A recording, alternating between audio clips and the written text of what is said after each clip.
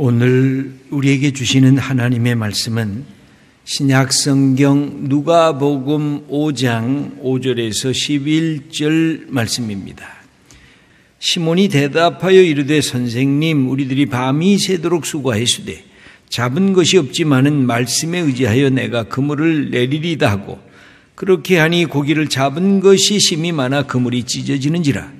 이에 다른 배에 있는 동무들에게 손짓하여 와서 도와달라 하니 그들이 와서 두 배의 채움에 잠기게 되었더라.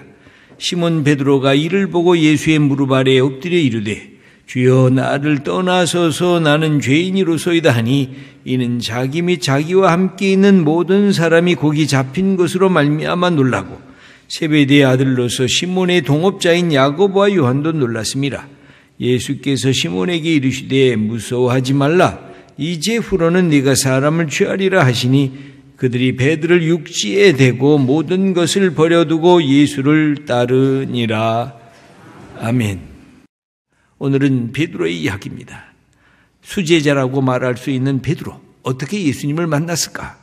예수님을 만난 후에 그의 삶은 어떤 변화를 가져왔을까? 베드로는 자기의 동생인 안드레를 통해서 예수님을 처음 접하게 됩니다. 그러면서 예수님이 좋은 분이네. 예수님이 말씀이 아주 좋네. 예수님은 좋은 랍비인가 봐. 그리고 예수님의 말씀을 들으면 내 인생에 도움이 많이 될 것 같아. 그러면서 예수님과 만남을 계속했던 것 같습니다. 하지만 예수님에게 내 인생 전체를 맡길 신앙은 아직 형성되지 아니했습니다. 유대의 종교 선생인 랍비 정도로 머물고 있었던 그런 차에 오늘 사건이 일어난 것입니다. 오늘 이날은 그래서 아주 특별했습니다. 베드로가 자기의 직업 현장에 있었을 때입니다. 그는 어부였습니다. 현장인 바닷가에서 그물을 싣고 있었습니다. 그때 예수님이 찾아오셔서 베드로에게 그렇게 청합니다. 야, 이 배 좀 탈 수 있냐?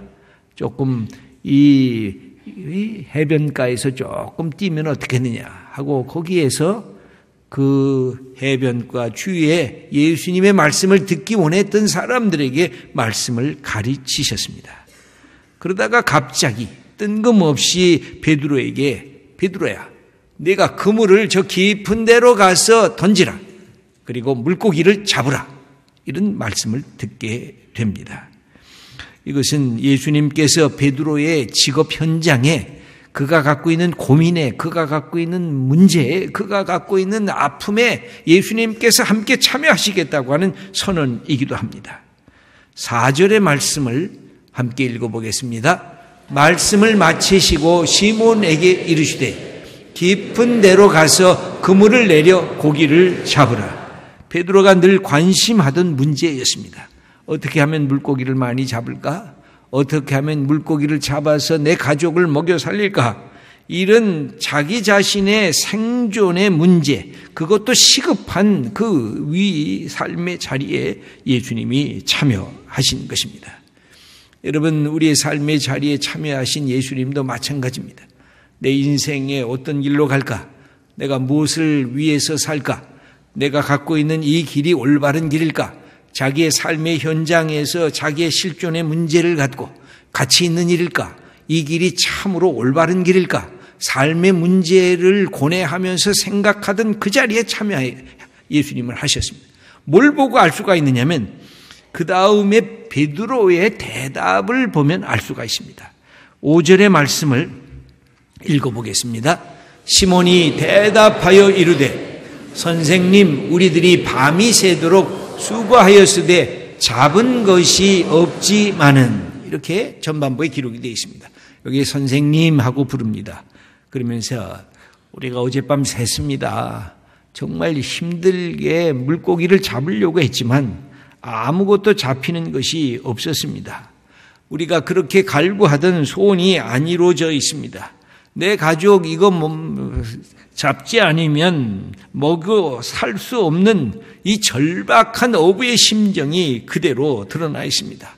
밤이 새도록 애썼는데 이거 보세요. 물고기가 몇 개 없지 않습니까? 몸은 피곤하고 그리고 마음에 실망이 돼서 탄식하고 있는 이때에 예수님께서 찾아오셔서 말씀하신 것입니다. 여러분, 예수님의 말씀이 어떨 때는 잘 들립니다. 근데 어떨 때는 예수님의 말씀이 아무리 얘기해도 안 들릴 때가 있습니다. 언제 안 들릴까요? 내가 잘 될 때, 내가 잘 나갈 때, 사람들에게 내가 높아져서 큰 소리를 치고 있을 때, 이 모임에, 이 직장에 내가 아니면 되는 것이 없는 그런 현실에 있을 때, 그래서 내가 좀 폼 잡아볼 때, 내가 목에 좀 힘줄 때, 하나님의 말씀이 잘 들리지를 않는 것입니다. 그런데 어떨 때 들립니까? 갑자기 건강하다가 몸이 아플 때, 그렇게 좋아하던 친구가 나를 버리고 떠날 때, 직장이 잘 됐는데 직장에서 내가 갖고 있는 이 자리가 빼앗길 때, 내가 만들어 놓은 이 기업이 그동안 떵떵거리면서 잘 됐는데 잘 안 될 때, 여러분, 그때 예수님의 음성이 들리기 시작하는 것입니다. 내가 실망할 때, 내가 탄식할 때, 어쩌면 예수님은 이 시간을 기다리고 계셨는 것 같아요. 베드로를 붙잡고 싶은데, 베드로를 몇 번 만났는데, 베드로 정도면 괜찮은 사람 같은데, 이 친구는 제자로 함께 삼았으면 좋겠는데, 뭔가 잘 될 때는 잘 따라올 것 같지 않으시니까 기다리셨어요. 그래서 밤이 새도록 내가 수고를 했는데, 선생님 좀 보세요. 아무것도 없잖아요. 그렇게 자기의 삶의 위기에 직면했을 때 예수님이 베드로를 찾아오셨습니다. 그러면서 깊은 데로 가서 그물을 내려 고기를 잡으라. 근데 이것도 이상합니다. 예수님은 목수였고 베드로는 어부였습니다. 그런데 목수가 어부에게 물고기 잡는 법을 가르치는 것입니다. 근데 어부의 생각은 다릅니다. 지금은 낮이 돼서 깊은 데는 물고기가 없어요. 지금 물고기들이 이 물가로 지금 내려오고 있어요. 근데 예수님은 깊은 데로 가서 그물을 내리라. 도대체 이 사람이 누구지? 왜 나에게 이런 명령을 하지? 이분이 좋은 선생님인 것은 내가 아는데 물고기 잡는데도 이분이 전문가일까? 별 생각이 다 들었을 것입니다. 그런데 그는 이렇게 5절에서 이야기를 합니다. 읽겠습니다. 시몬이 대답하여 이르되 선생님, 우리들이 밤이 새도록 수고하였으되 잡은 것이 없지만은 말씀에 의지하여 내가 그물을 내리리이다. 이 두 문장으로 되어 있습니다. 내가 밤이 새도록 수고를 했는데 잡은 것이 없습니다. 뒤에 문장에 들어가기 전에 접속사가 있습니다. 역전의 접속사가 있습니다. 그러나 우리말로는 이게 금방 표현이 안 되는데 영어 성경에 보면 큰 대문자로 but 하고 이렇게 기록이 되어 있어요. 그러나 내가 수고하고 힘들어서 당신 이야기 깊은 데로 가서 해보라? 잘 모르겠다. 여러분, 베드로의 위대한 점은 그런 것입니다. 내 생각, 내 경험, 내 상식으로 잘 맞지 않는데 예수님이 말씀하시니까 내가 한번 그대로 해보겠다. 이 역전의 접속사를 신앙은 종종 경험하게 됩니다. 여러분, 이 역전의 이 접속사를 경험하게 될 때에 우리는 놀라움을 경험하게 됩니다. 이게 뭐지? 이 말은 뭘까요?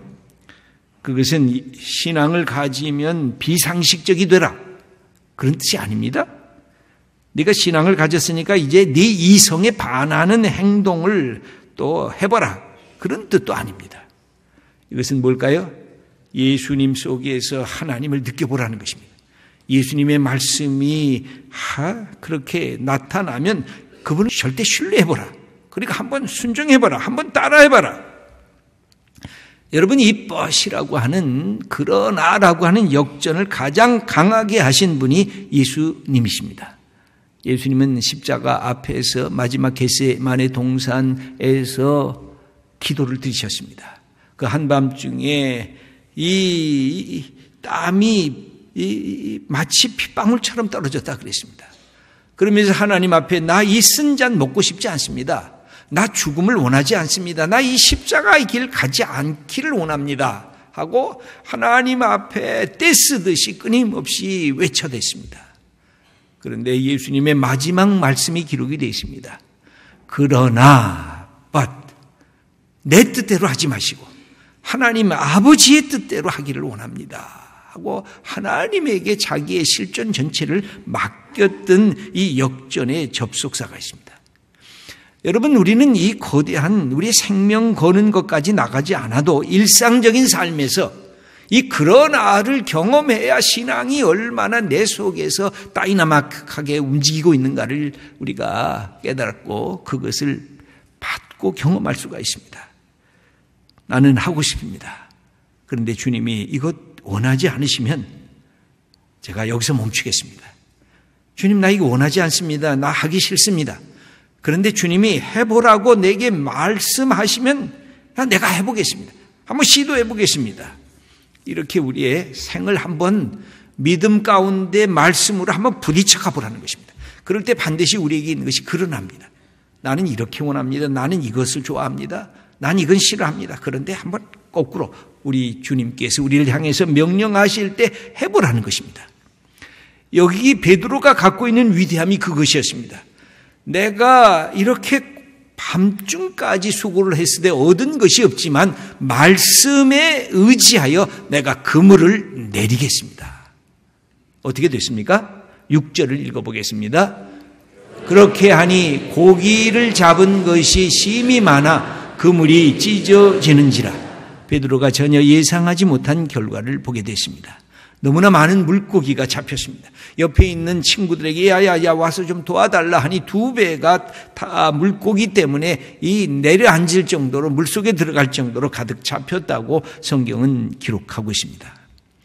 그때 베드로는 엄청난 충격을 받았습니다. 내가 생각했던 선생? 아닌 것 같아. 유대한 랍비? 그것도 아닌 것 같아. 저분은 랍비 이상이야. 저분은 선생 이상이야. 이분은 하나님이 보낸 메시아 아닐까? 인간 예수에게서 하나님의 느낌을 받는 것입니다. 인간 예수님에게서 거룩한 하나님의 역사가 나타나는 느낌을 받으면서 베드로가 갑자기 두려움에 붙잡히게 됩니다. 여러분 8절을 읽어보겠습니다. 시몬 베드로가 이를 보고 예수의 무릎 아래에 엎드려 이르되 주여 나를 떠나소서 나는 죄인이로소이다. 여러분 여기에 몇 가지의 베드로의 변화가 나타나고 있습니다. 예수님은 그냥 보통 사람, 나와 비슷한 사람이라고 여겼는데 뭔가 나하고는 다른 사람 같아. 질적으로 다른 것 같아. 저분은 저분이고 나는 난 것 같아. 내가 감히 가까이 갈 수 없는 것 같아. 태도의 변화가 생겼습니다. 그게 뭘까요? 예수님의 무릎 아래에 엎드렸다는 것입니다. 여러분 우리는 사람에게 엎드리지 않지 않습니까? 그러나 하나님에게는 엎드리는 것입니다. 우리가 하나님 앞에 설 때 무엇입니까? 당신은 나와 다르습니다. 당신은 하나님이시고 나는 인간입니다. 당신은 거룩한 분이고 나는 죄인입니다. 이걸 깨달을 때 우리가 무릎을 꿇는 것입니다. 하나님은 경배의 대상입니다. 하나님은 예배의 대상입니다.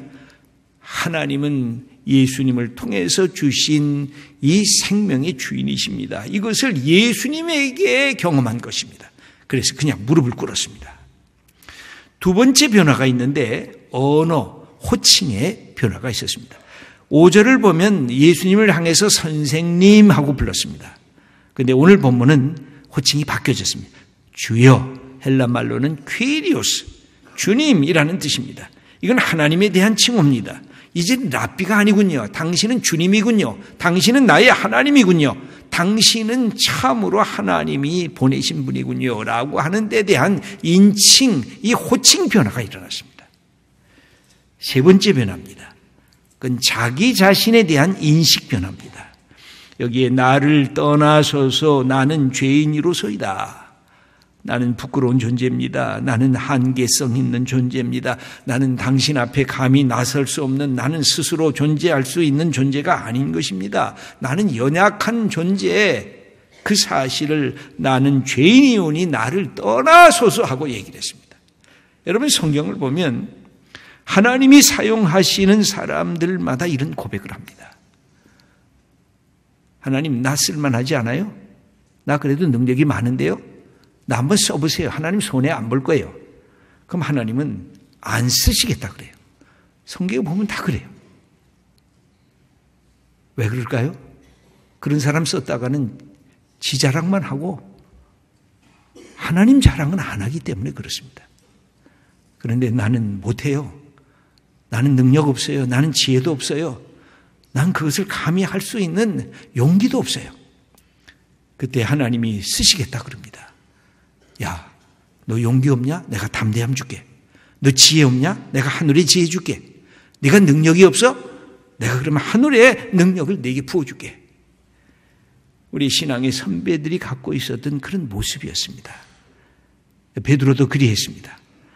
베드로는 깜짝 예수님 보면서 놀란 것입니다. 여러분, 이 놀람의 경험이 있으십니까? 내가 여태까지 예수 믿으면서 예수님을 보며 이 이야기를 할 때마다 내 영혼이 뛰어 그냥 막 두렵고 떨림으로 놀라본 경험이 있습니까? 이 경험이 없으면 예수님의 이름을 불러도 내 심장이 팔딱팔딱 뛰지를 않습니다. 가슴이 뜨거워지질 않습니다. 예수님에게 내 인생 전체를 드릴 만한 열정이 안 생겨지는 것입니다. 여러분, 신앙에 있어서 이 놀람의 경험이란 우리의 삶의 추동력이라고 할 수가 있습니다. 이것을 위해서 내가 살 수 있습니다. 주님, 이것을 위해서 내 인생 죽을 수도 있습니다. 이건 진리 경험이면서 생명 경험이기도 합니다. 이때에 이 베드로의 귀가 진정으로 열려졌습니다. 그래서 예수님의 말씀이 그때 들려옵니다. 그런데 예수님의 말씀은 이것입니다. 베드로야, 내가 네 관심, 내 인생의 목표를 좀 바꾸겠다. 그동안 너 어떻게 살았느냐? 너 자신만을 위해 살지 않았느냐? 네 중심된 관심이 무엇이더냐? 너 물질이 아니더냐? 너 물고기를 얼마나 많이 잡는 것 네 인생의 목표가 아니더냐? 그래서 돈을 버는 것, 네 삶을 윤택하게 하는 것, 그래서 세상에서 좀 잘 나가는 사람으로 인정받는 것, 그게 네 인생의 목표가 아니더냐? 예수님은 말씀하십니다. 여러분, 우리도 그렇게 살지 않았습니까? 더 많은 돈, 더 높은 지위, 더 큰 명예, 더 큰 권력, 이것이 우리 인생의 주된 목표가 아니었습니까? 예수님이 말씀하십니다. 그런데 그건 나쁜 것은 아니다. 그런데 인생이 그것만으로는 만족할 수가 없단다. 그것 이상의 꿈이 있어야, 그것 이상의 비전이 있어야 인생이 인생다워진다. 예수님의 말씀입니다. 네 삶을 내게 내놓을 수 없겠니? 그러면 네가 하나님이 보일 거고 네가 네 이웃이 보이게 될 거다. 그러면서 10절의 말씀을 예수님께서 해주십니다. 읽겠습니다. 예수께서 시몬에게 이르시되 무서워하지 말라. 이제후로는 네가 사람을 취하리라. 네가 물고기를 그동안 낚았느냐? 이제 사람을 낚는 어부가 되겠다. 네 인생의 새로운 지평을 열어주겠다. 여러분, 물고기가 뭡니까? 저는 물고기라는 말을 기억할 때마다 이렇게 한자어로 바꾸곤 했습니다. 물은 물질물, 고는 높을 고, 기는 턱이. 그래서 우리의 인생은 물질을 최고의 인생의 가치라고 여기면서 그렇게 살고 있는 그 모습, 그게 물고기를 취하고 있는 베드로와 우리의 모습입니다. 그런데 바꾸겠다는 것입니다. 물고기보다 더 중요한 것이 있는데 그게 사람이라는 것. 예수님도 사람 때문에 이 땅에 오셨다는 것. 하나님도 제일 큰 관심이 사람이라는 것. 그 사람이 죄와 죽음의 두려움 속에 억눌려 사는 것. 하나님이 원하시지 않는다는 것. 그래서 그들이 죄에서부터 해방되어서 예수 그리스도를 통해서 하나님의 아들이 되고 하나님의 딸이 되는 것. 이것이 하나님께서 예수님을 이 땅에 보내신 이유고 예수님이 제자인 베드로를 택하신 이유, 네가 이제는 사람을 낚는 어부가 되겠다. 여러분, 우리가 사람이 중요하지 않습니까? 사람을 만나면 우리가 어떤 태도를 취합니까? 예수님을 만나면 하나님이 보이고 그 다음에 보이는 것이 사람인 것입니다. 그리고 보이는 것이 나 자신입니다. 그런데 우리가 사람을 적으로 여기는, 잠재적인 적으로 여기는 사람들이 있습니다. 저 사람은 내 것을 빼앗으려고 해. 저 사람은 믿을 수가 없어.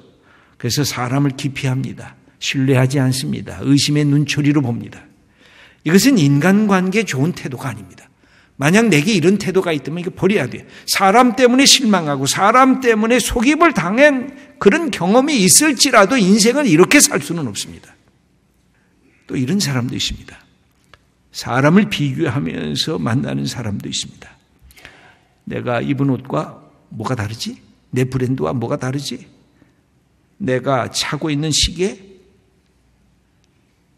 내가 운전하고 있는 차? 우리 집 어디에 있지? 강남이야, 강북이야?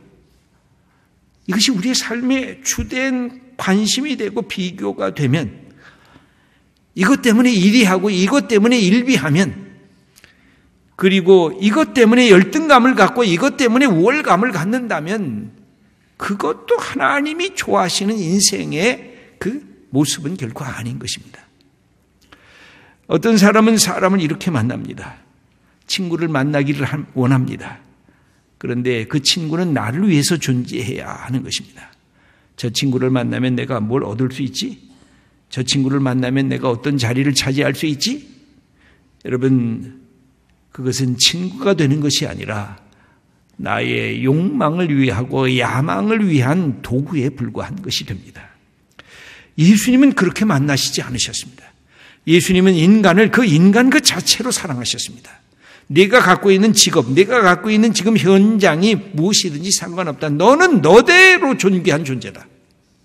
너는 아주 하나님이 사랑하는 특별한 존재다. 너는 너대로 가치 있고 너대로 인생을 살 만한 충분한 이유가 있는 존재다. 너는 더 이상 사탄의 억압 속에서, 죄의 억압 속에서 살지 말고 하나님을 아버지라고 부르는 이 자녀의 축복을 누리면서 살라. 이것이 하나님께서 예수님을 보내서 이 땅의 사람들을 만나신 이유인 것입니다. 사랑하는 우리 귀한 성도 여러분, 우리가 예수님을 사랑하면 하나님이 내게 다가오시고 하나님의 말씀이 들리고 인간이 얼마나 소중한 존재인지를 알게 되는 것입니다. 어디서부터 시작해야 될까요? 여러분, 우리의 가정에서부터 시작해야 돼요. 여러분, 내 아내를 존중하십니까? 내 아내가 인격적으로 소중한 존재입니까? 여러분, 집에만 있어서 부엌대기입니까? 정말로 내 아내가 여태까지 해온 그 모든 일들을 귀하게 여기시고 존중하십니까? 여러분, 남편을 존중하시고 귀하게 여기십니까? 세상 속의 경쟁 사회 속에서 억눌림을 받았던 그 사람들이 바로 내 남편입니다. 여러분, 우리의 부모들, 우리의 자녀들, 우리의 친구들 그냥 그대로 존중하는 것. 그러면서 우리가 예수 믿고 하나님의 사람, 하나님의 자녀가 되었다는 것을 선포하는 것. 이게 믿음의 사람들이 갖게 되는 특권인 것입니다. 우리 사랑하는 귀한 성도 여러분, 하나님께서 이 일을 위해서 예수 그리스도를 보내셨고 우리가 예수님을 통해서 하나님을 아버지로 부르게 됐고, 그리고 우리에게 주신 우리의 사랑하는 사람들과 함께 사는 즐거움을 주신 것입니다. 우리가 오늘도, 아니 평생 살면서 예수님 사랑함으로 이 귀한 하나님의 주신 축복의 역사를 써나가는 주님의 귀한 자녀들 다 되시기를 축원합니다. 하나님 아버지, 감사합니다. 예수님 믿은 것이, 예수님 만난 것이 우리의 축복 중의 축복입니다. 하나님의 사랑을 알게 됐고 우리가 사람을 존귀히 여기고 사랑할 줄 아는 복된 마음도 주셨습니다. 우리가 사탄의 종이 아니라 하나님의 아들이요 하나님의 딸이라고 하는 놀라운 특권을 예수님을 통해서 주셨습니다. 우리가 예수님을 다시 믿고 하나님 앞에 두렵고 떨림으로 이 축복된 역사를 새롭게 깨닫고 우리 주위 속에 만들어가는 하나님의 자녀들 되게 하시옵소서. 예수님의 이름으로 기도드립니다. 아멘.